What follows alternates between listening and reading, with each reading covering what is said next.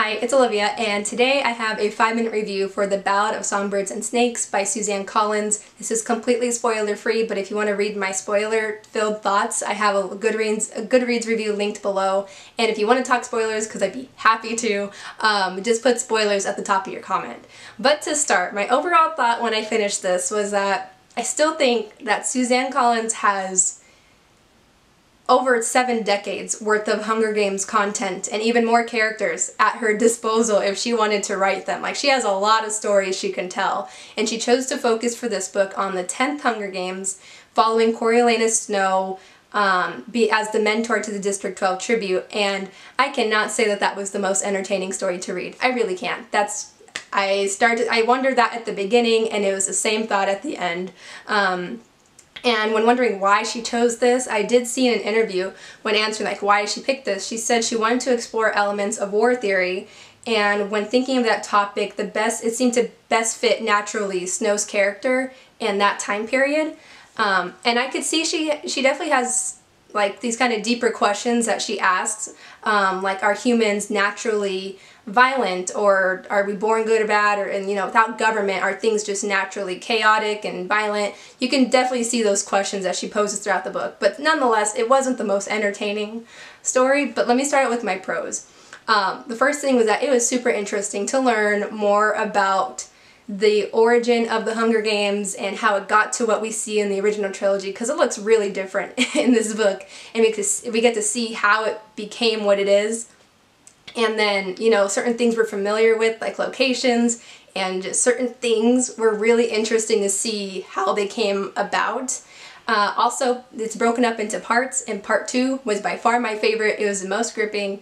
And when the Hunger Games actually begin, there is this character who is kind of like the silly comedic relief, and you could probably guess what kind of character that is if you recall from the original books. I love that character. I really did. So those are my pros. Going into the cons, I've started doing this thing where I have like 100-page check-ins where to remember what I'm thinking throughout the book, I'll just jot down my thoughts at 100-page intervals. And my big problem for this book is that at each of those, aside from like the second check-in, I was having a hard time even remembering things that happened because it was so forgettable. Like, I was just not, it wasn't holding my attention, and I wasn't remembering things because it seemed uneventful, because so much of this is surrounding like, I'm just gonna call him Snow, his thoughts, and you know, I don't think he's meant to be likable. He was like a previously privileged person, but after the war, their family lost their money, really. He's poor, but he's trying to maintain the appearance of being wealthy, and he's constantly stressed out about that. He's constantly talking about how poor his poor food and his clothing and his future, worrying about his future, and his thoughts towards, there is like a romantic relationship in here. His thoughts, and even in that relationship, they're all not pleasant. They're kind of irritating to read about, but that wasn't my problem. My problem was just that, because that all seemed to fit in with his character. It seemed like what his character would be like. I don't know. But my problem is that there would be exciting scenes, but they were like scattered throughout the book, and they were so sudden, and then they were gone, and then we're back to Snow's thoughts and worries, and I just wish we had more of those exciting scenes rather than his thoughts and reactions to them and stuff. And I also think there was a point around like the 300-page mark where I realized, oh, there's 200 pages left. And I thought that is way too many. I don't know what could possibly be going on now in these 200 pages.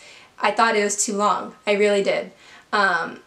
So I'm starting to blank already on some other stuff. This is why I don't do well with like non-edited videos. But anyway, overall, I really appreciated what we got to learn about the Hunger Games, and I think if anything, it would have been better served as a novella, if that, but in the end, it just wasn't a page-turner like the original books. And for people who haven't read the original books, if this is your first book, I'm not sure if you would be compelled to finish it, if you don't have like that interest in some of the things that are mentioned all over the place. So yeah, there's my time. I'd love to talk more about this. Thank you for watching, and I'll see you in another video. Bye.